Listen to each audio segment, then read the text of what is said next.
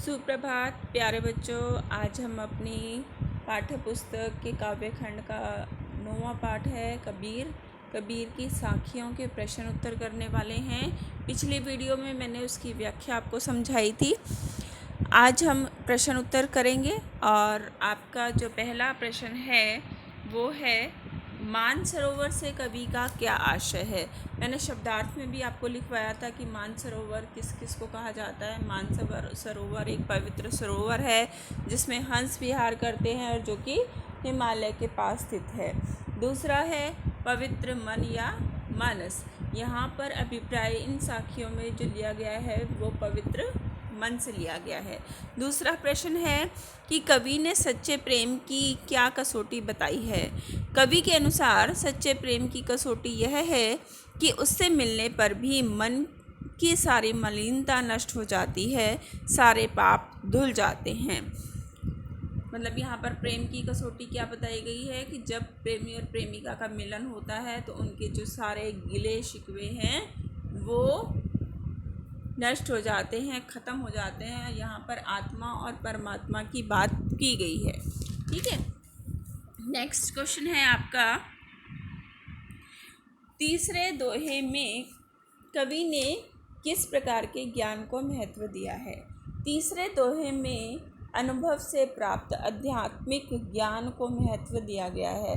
तीसरा दोहा कौन सा था हमारा जो दोहा था वो था हस्ती चढ़िए ज्ञान को सहज दुलीचा डारी, समान रूप संसार है भूखन दे चकमारी।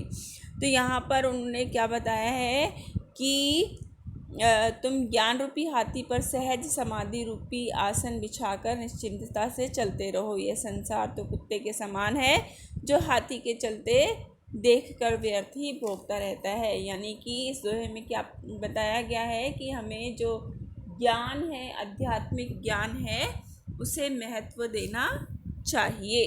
ठीक है, नेक्स्ट क्वेश्चन है आपका कि इस संसार में सच्चा संत कौन कहलाता है या संत सुजान से क्या अभिप्राय है।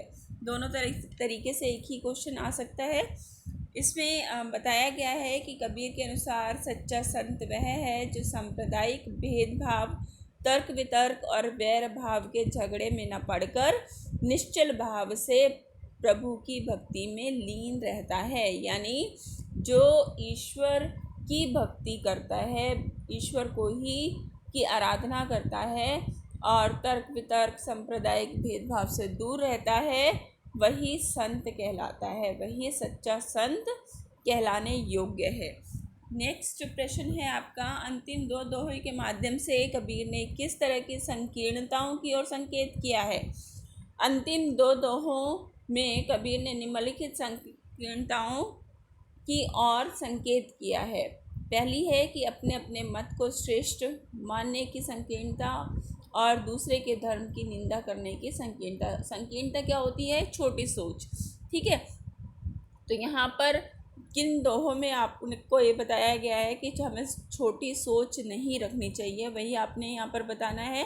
पहला कि अपने कुल को श्रेष्ठ नहीं बताना चाहिए और दूसरे के धर्म की निंदा नहीं बतानी चाहिए। यानी अपने कुल को हम श्रेष्ठ बताते हैं और दूसरे को हीन बताते हैं, ऐसा नहीं करना चाहिए।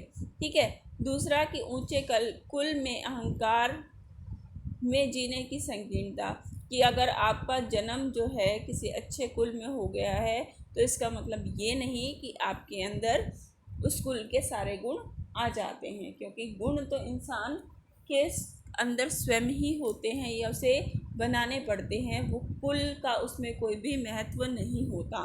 ठीक है, तो नेक्स्ट क्वेश्चन आपका है कि किसी भी व्यक्ति की पहचान उसके कुल से होती है या उसके कर्मों से। तर्क सहित उत्तर दीजिए। या ये क्वेश्चन इस तरह से आ सकता है कि ऊंचे कुल और अच्छे कर्मों में से किसे अधिक महत्व देंगे और क्यों। कबीर की साखियों के आधार पर बताइए। तो यहाँ पर है कि किसी भी व्यक्ति की पहचान उसके कर्मों से होती है, ना कि ऊंचे कुल से।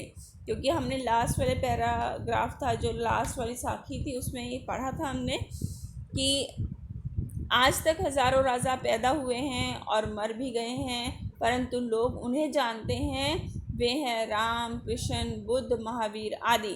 इन्हें इसलिए जाना गया है क्योंकि ये केवल कुल से ऊंचे नहीं थे बल्कि इन्होंने ऊंचे कर्म भी किए हैं। इसके विपरीत कबीर, सूर, तुलसी बहुत सामान्य घरों से थे। इन्हें बचपन में ठोकरें भी खानी पड़ी थी, परंतु फिर भी वे अपने ऊंचे श्रेष्ठ कर्मों के आधार पर संसार भर में प्रसिद्ध हो गए। इसलिए हम कह सकते हैं कि महत्व ऊंचे कर्मों का नहीं होता, कुल का नहीं होता, कर्मों का होता है। सॉरी, इसमें थोड़ा सा मिस्टेक हो गई। तो यहाँ पर क्या है, महत्व क्या है, ऊंचे कर्मों का होता है, कुल का नहीं होता है।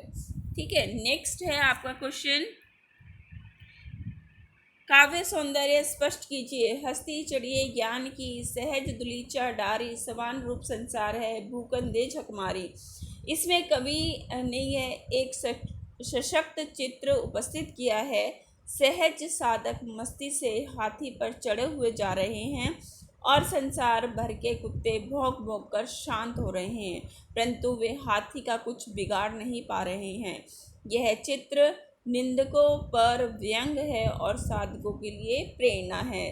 यहाँ पर झकमारी मुहावरे का सुंदर प्रयोग किया गया है। समान रूप संसार है एक सशक्त उपमा अलंकार का उदाहरण है, और ज्ञान रूपी हाथी, सहज साधना रूपी दुलीचा, निंदक संसार रूपी सवान, निंदा रूपी भोंकना। यहाँ पर क्या है, रूपक अलंकार का प्रयोग किया गया है। तो बच्चों, इसके साथ ही आपके इस NCERT के क्वेश्चन आंसर समाप्त होते हैं। Thank you so much.